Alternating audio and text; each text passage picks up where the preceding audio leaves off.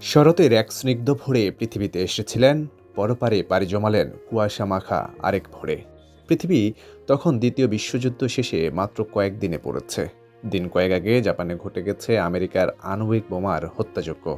ভারতসহ নানা দিকেই তখন শান্তি মিছিল। মানুষের এই আকাঙ্ক্ষার মধ্যে নতুন জন্ম নেয়া শিশুকন্যার নাম হয়ে উঠল শান্তি। পরবর্তী সময়ে মেজবোন সেলিনা ইসলামের রাখা পুতুল নামটি জড়িয়ে গেল খালেদা জিয়ার ডাকনাম হিসেবে।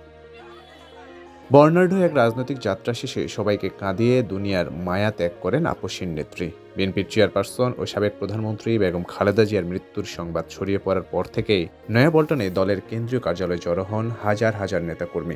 প্রিয় নেত্রীর বিদায়ের খবরে হাসপাতাল প্রাঙ্গণে ছুটে যান অনেকেই। ভোরের আলো ফুটতে না ফুটতেই দেশ জুড়ে শোকের ছায়া নেমে আসে। সকাল থেকেই নেতাকর্মীদের মধ্যে কান্নার রোল পড়ে যায়। কেউ অঝরে কাঁদেন, আবার কেউ স্তব্ধ হয়ে দাঁড়িয়ে থাকেন প্রিয় নেত্রীর স্মরণে। জিয়াউর রহমান বাংলাদেশের রাষ্ট্রপতি থাকাকালীন তিনি ফার্স্ট লেডি হিসেবে বিশ্ব নেতাদের সঙ্গে সাক্ষাৎ করেন এবং বিভিন্ন সামাজিক কর্মকাণ্ডে যুক্ত হন। এরপর ইতিহাসের বাঁক তাকে দাঁড় করিয়ে দেয় রাজনৈতিক অঙ্গনে।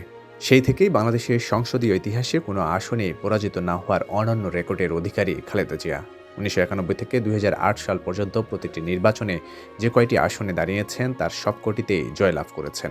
2011 সালে যুক্তরাষ্ট্রের নিউ জার্সি স্টেট সিনেট গণতন্ত্রের প্রতি তার অবদানের জন্য তাকে গণতন্ত্রের যোদ্ধা উপাধিতে ভূষিত করা হয়। লড়াকু এই নারী যোদ্ধা শুধু নেতাকর্মীদের মনই জয় করেননি, জয় করেছেন কোটি কোটি বাঙালির হৃদয়ে। তাই তো তার মৃত্যুর সংবাদে থমকে যায় রাজনীতিকদের যাত্রা, শোকের স্রোতে ভেসে যান নেতাকর্মী থেকে সাধারণ মানুষ। কি সড়ক, কি কার্যালয়, গ্রাম, শহর, পাহাড়, সমতল, সবখানে তার আত্মার মাগফিরাত কামনায় দোয়া ও কোরআন তিলাওয়াত অনুষ্ঠিত হয়।